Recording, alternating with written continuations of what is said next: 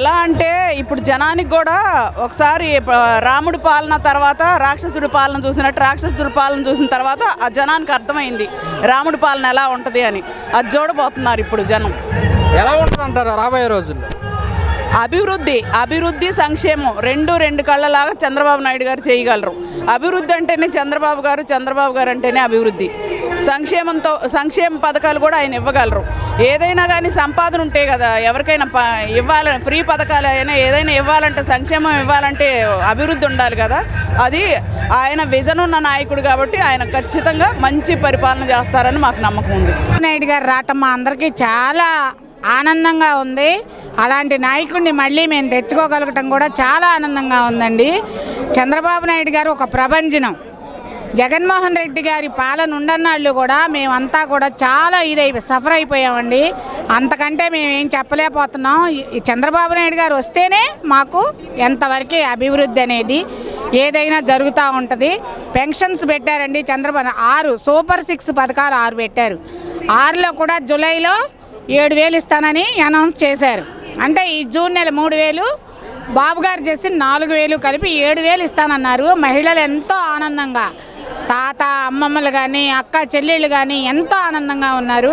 అదే మేము కోరుకునేది. నాకైతే చాలా ఆనందంగా ఉంది. ఎంతైతే కష్టపడ్డామో అంతకన్నా ఎక్కువ బంపర్ మెజారిటీ వచ్చింది. దానికి మేము అసలు ఎంత సంతోషంగా ఉన్నామంటే అంత సంతోషంగా ఉన్నాం.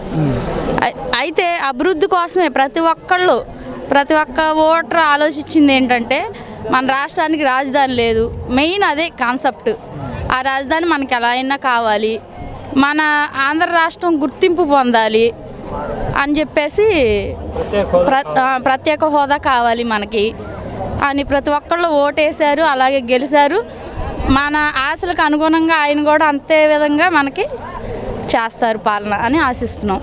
మా చంద్రాన్ని వచ్చాడు, మాకు అన్నీ చూసుకుంటాడు, మా కష్టాలల్లో తీరిపోయేవి, మా ప్రశాంతంగా ఉంటాం.